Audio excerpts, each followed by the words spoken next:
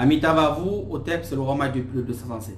Bien heureux de vous retrouver en ce jour pour un nouveau chapitre de Bon à savoir. Aujourd'hui, on parlera de l'égrégore. C'est quoi une égrégore? Est-ce qu'on peut créer sa propre égrégore? Oui, c'est possible. À condition de connaître certains paramètres qui entrent en jeu. Déjà, il faut définir c'est quoi égrégore. Une égrégore est une masse ou encore une boule d'énergie comme ça qui est créée par l'être humain lui-même. Ok. Maintenant, pour qu'un égrégore puisse être, on va dire, puissante, on va dire comme ça, il faudrait qu'il y ait une communauté de personnes qui partagent une même idéologie, une même foi, on va dire comme ça, et qui pratiquent les mêmes rites. C'est avec ça maintenant que plus vous allez nourrir cet égrégore, plus cette énergie va rayonner, va vibrer, parce que tout est vibratoire, tout est vibration. Une fois que ça va atteindre un certain niveau, elle va traverser l'espace et le temps, et par rapport à ça, vous aurez ce que vous avez donné en retour. Donc ça va créer ce qu'on appelle un flux et reflux d'énergie vis-à-vis de ce que vous avez demandé. Maintenant, il y a deux formes d'égrégore. Il y a l'égrégore visible et l'égrégore invisible. L'égrégore visible est l'égrégore des vivants qui partagent une même idéologie, comme les religieux par exemple, les chrétiens, les musulmans, en fait, les religieux en général, qui partagent une même idéologie, c'est cette idéologie spirituelle, cette dévotion spirituelle qui crée ce qu'on appelle l'égrégore par rapport au rite, okay, aux formes de prière qu'ils font, qui nourrissent cette entité-là généralement, okay, qui peut être appelé Allah, qui peut être appelé Jésus, qui peut être appelé Bouddha ou quoi que ce soit. C'est ça l'égrégore en fait. Maintenant, l'égrégore invisible est plutôt ceux qui étaient vivants, qui sont partis dans l'autre côté, parce qu'il y a deux égrégores, visible et invisible, qui est parti dans l'autre côté. Ce défunts-là maintenant, qu'ils avaient la même foi que vous, dans le plan invisible maintenant, okay, qui sont morts par cette même dévotion, nourrit toujours, on va dire comme ça, cette entité-là, ok, qui renvoie comme ça par rapport au biais de certains appels ou certaines invocations ou incantations, qui nourrit maintenant ceux qui sont vivants ici. Il faudrait le savoir. Maintenant, est-ce que l'Afrique a une égrégore à elle? On peut dire un peu, dans ceux qui pratiquent cette religion à caractère africain pure souche. Oui. Maintenant, pourquoi est-ce que parfois elles ne sont pas si élevées? Parce que beaucoup de gens n'y adhèrent pas. Pour qu'une égrégore soit puissante, il faudrait au préalable qu'il y ait une multitude de personnes. Par exemple, vous voyez, les chrétiens entre guillemets généralement, autant pour moi, prient au nom de Jésus. Si le nom de Jésus fait des miracles, si le nom de Jésus est un nom par excellence, c'est la multitude de personnes qui croient à son nom. Et du fait, par le plan mental, que les gens croient à son nom, que ce nom guérit, que ce nom est un nom pourvoyeur, cette collection d'énergie, cette collection de mémoire, okay, cette énergie mentale qui déverse via ce nom de Jésus, ces paroles qui profèrent contre ce nom de Jésus, cette multitude de personnes dans les églises, dans des stades, etc., y compris les programmes que les hommes religieux entre guillemets font, c'est ça qui crée cette égrégore, c'est ça qui fait que aussi longtemps vous priez ce nom, vous avez la récompense par rapport aux prières que vous faites. Donc, flux et reflux, comme je disais tantôt, tout à l'heure. C'est ça. Si les gens prient Allah aujourd'hui, okay, cette entité ou ce Dieu, entre guillemets, selon vos croyances, et que ça marche parce qu'il y a des milliers de musulmans dans le monde, de par le monde entier, qui croient à son nom, qui croient au prophète Mohammed, qui croient. Et cette communion d'énergie qu'ils ont créée, qui fait que ces gens aient une solution à leurs problèmes. Maintenant, comment ils le nourrissent eux?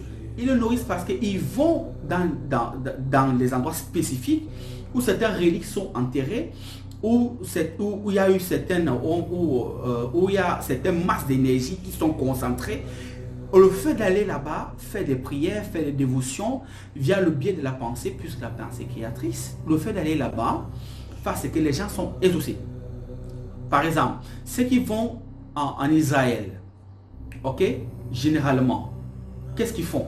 Ils vont au mur de lamentation, ils vont là-bas. Le fait d'aller prier au mur de lamentation, le fait d'aller à Jérusalem, ok, c'est que aussi longtemps vous partez dans ce pays-là, vous nourrissez leur égrégore et en retour, leur égrégore ne fait que grandir, du coup ils sont plus puissants, ils dominent les autres sur le plan spirituel, sur le plan énergétique.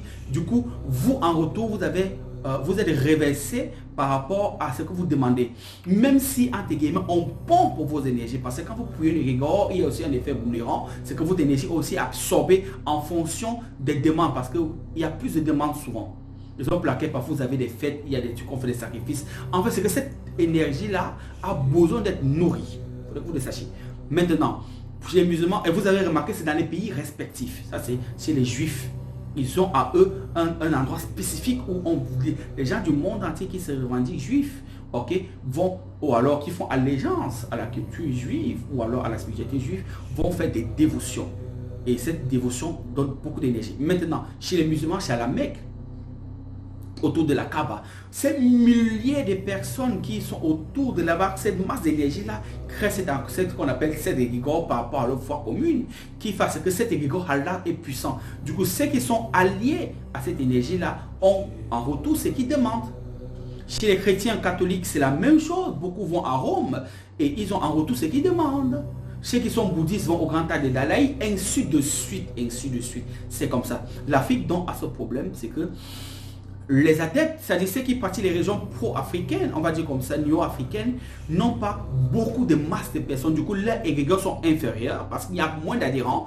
Et les gens, ceux qui pratiquent les religions à caractère occidentaux ou encore monothéistes, sont plus élevés parce que des milliers de personnes y adhèrent.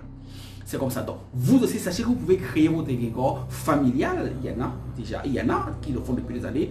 Et puis, aussi longtemps vous allez faire ces dévotions, aussi longtemps vous allez faire cela, vous allez grandir. Vous allez avoir ce que vous voulez. Maintenant, il y a des enjeux. L'enjeu, c'est quoi?